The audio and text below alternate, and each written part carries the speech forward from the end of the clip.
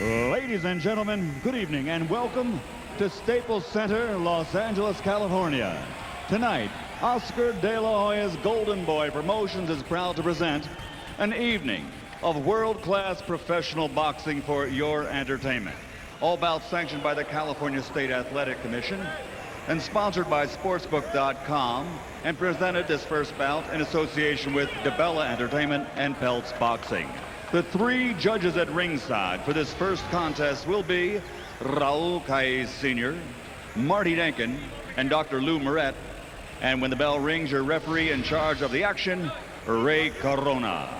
And now, ladies and gentlemen, a non-title contest between two undefeated middleweights scheduled for 10 rounds. And ladies and gentlemen, somebody's O must go. Introducing first, fighting out of the blue corner, wearing red and blue, official weight 161½ pounds. Professional record, an excellent 16 victories, including 9 by knockout, with 2 bouts even. Originally from Haiti, now fighting out of West Palm Beach, Florida, the USBA middleweight champion, the undefeated Haitian sensation, Daniel Edquard.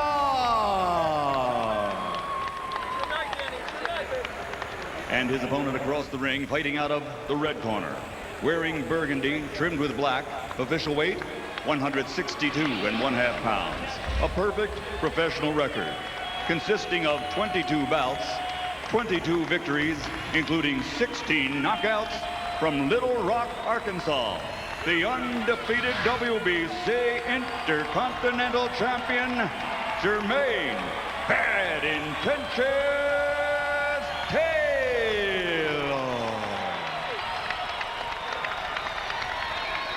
Go, gentlemen. Mouthpiece. Let's go, Jermaine.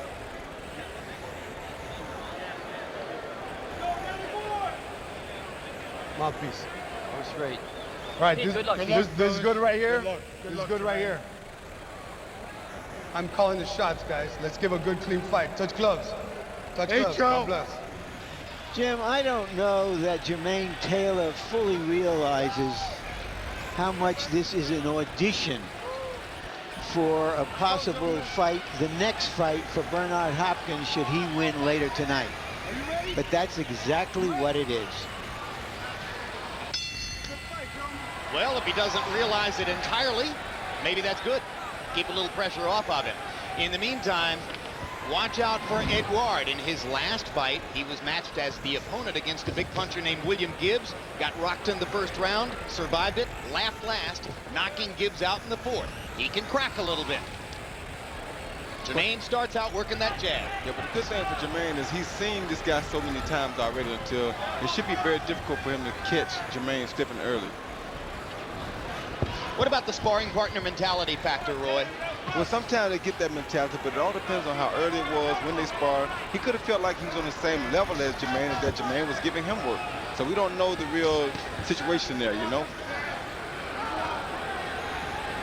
Taylor looks dry in there for the beginning of the first round. Edquard lands a right hand over the top. Taylor says, hey, I want to fight. Comes back and fires 2 right hands of his own.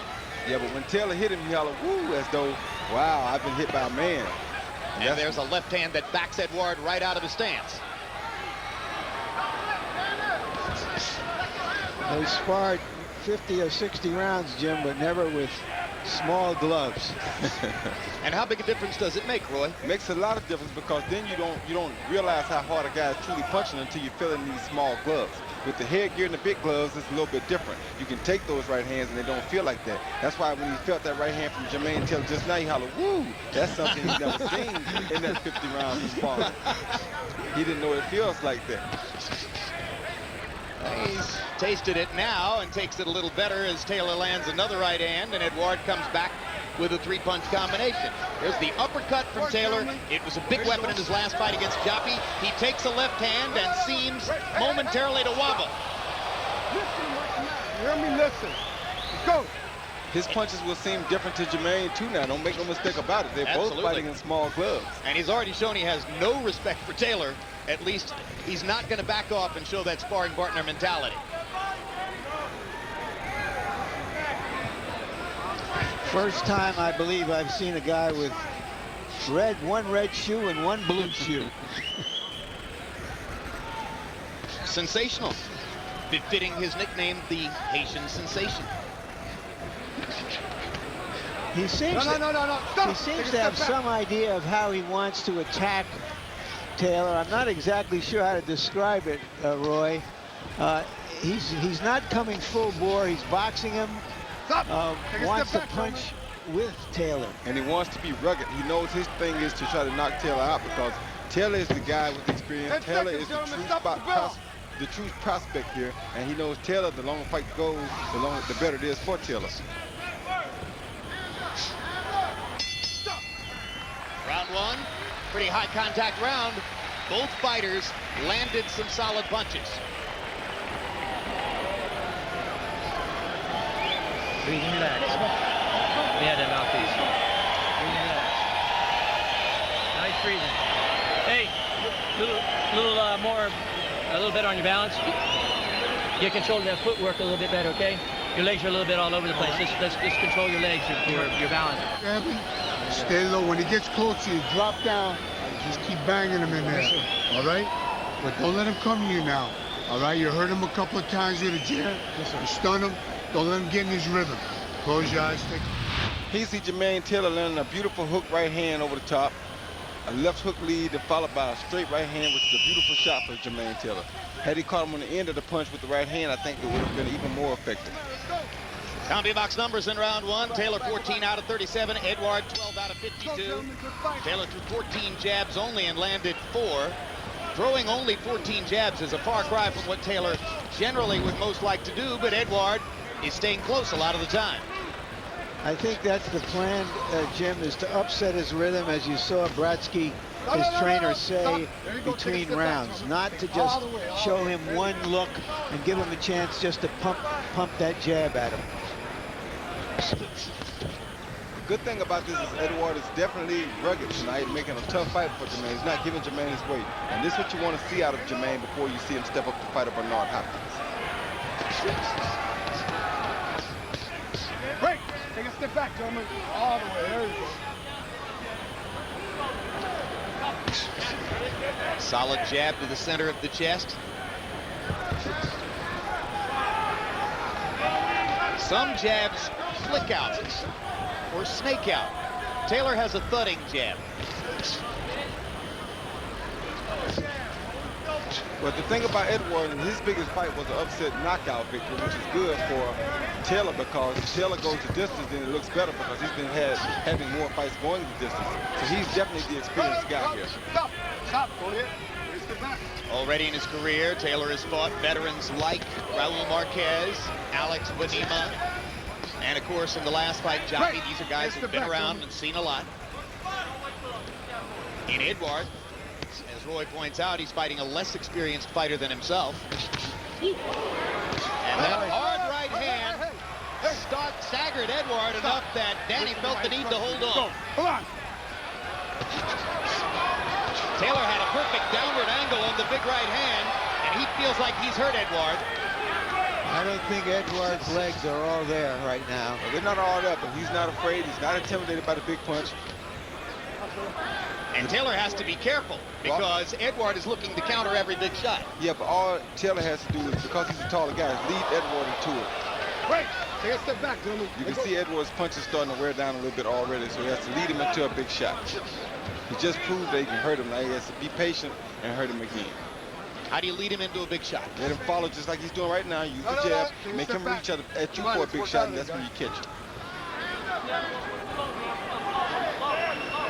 With that jab right there.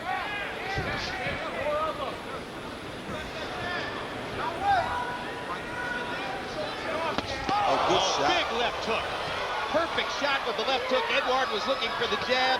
Taylor shots him with the left hook. There's a right hand straight into the mouth.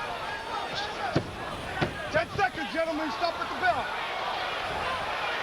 Edquard's hands were all the way down to his waist for a moment. Taylor pounds him with another 1-2. Sweeping the right cross. He's not going to continue to take these right hands.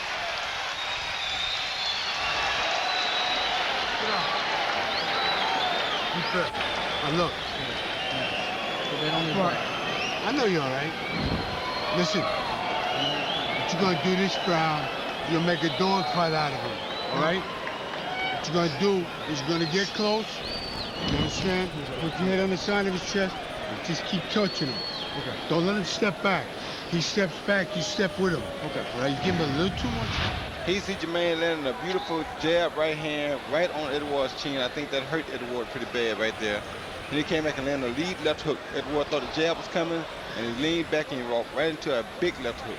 Roy, if that right cross didn't hurt Edquard, he's superhuman. Hard to imagine better leverage on the punch. CompuBox numbers in round 2 found Taylor throwing 26 jabs, twice as many as he threw in the first round, landing 16, and that set him up to land 27 out of 43 total punches. That's a statistically brilliant round. This is the fight, I believe, that Taylor was expecting. Edward to try to jump right in, not give him any room.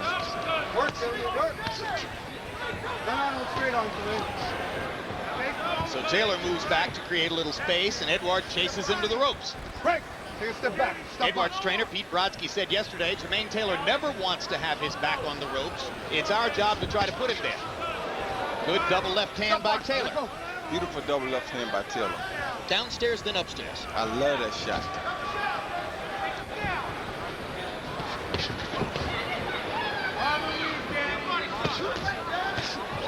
Edquard lands a left hook, and now lands another one.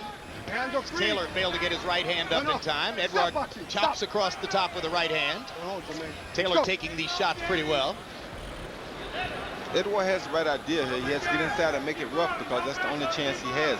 If he stays outside, he's going to get caught with shots like that, big shots.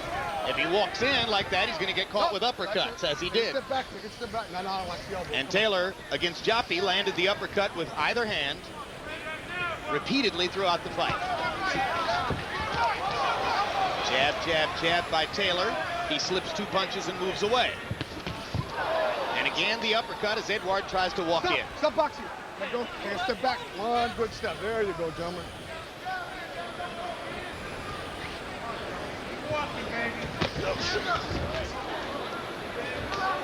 Break. Stop boxing. How do you take away a man's uppercut, Roy? Come in at an angle? You come in at an angle and put a jab on him before you come. Jab will make him have to defend himself some, then you come behind it.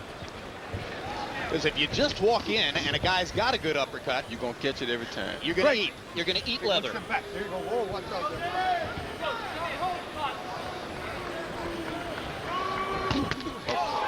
With 1, 2, 3. Left hook at the end of the combination. Edquard is hurt again. Yeah, he wasn't ready for that one. Lead left hook, and Edquard is wobbled. Come on, you gotta get out of there. Stop fight. Another day, boss. Referee Ray Corona didn't want to see Edquard take any more punishment. And Roy, it was the lead left hook that set all of that up. Yep, caught him outside, hit him on the lead left hook and hurt him really bad, and that was pretty much it. They're happy in Jermaine's corner. He didn't get the rough fight that Roy Jones said he might have needed. But it was rough enough, though. It was rough enough. He fought a big, strong kid who was coming at him and showed that his nickname Bad Intentions had some meaning because he was throwing a lot of harder punches than we normally have seen him throw. Closing the show, Taylor landed by CompuBox count 18 out of 28 power shots, 64%. You saw, if you saw Daniel Edquard in the foreground on your screen, he was protesting the stoppage to referee Ray Corona. And while Corona didn't waste a whole lot of time stopping the fight, Edquard was getting hit big time. Here you see him land the 1-2 again, which he landed consistently. Came back with a hook that time, and that hook pretty much dazed Edquard. But I think the 1-2 did the damage because that right hand right there was right on the chin. The hook was just a follow-up shot. At this point, he was hurt, so Jermaine just put the pressure on. Missed him with a right hand, missed him with another one. There was a good left hook that caught him high on the head. Another right hook that caught him. And the referee had seen enough. There was a left uppercut. He was only taking punishment at this point, and it was time to stop it because he was not going to punch back. You got to try to throw back in those situations when you're pinned on the ropes or in the corner. Best when the guys land the big punches like that. Those look like they're death the life-threatening punches when the fans are screaming behind every one of them. You're not punching back. You seem helpless. The referee had to do his job and stop the fight. Good stoppage. Very good stoppage.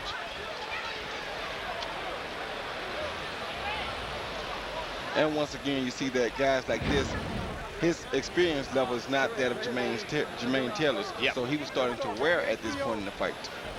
So Taylor stretches his record to 23-0 with 17 knockouts. Let's go to Michael Buffer for the particulars. Referee Ray Corona steps in and calls a halt to this contest.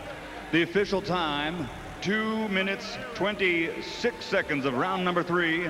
The winner by TKO victory and still undefeated, the pride of Little Rock, Arkansas, Jermaine Bad Intentions Taylor.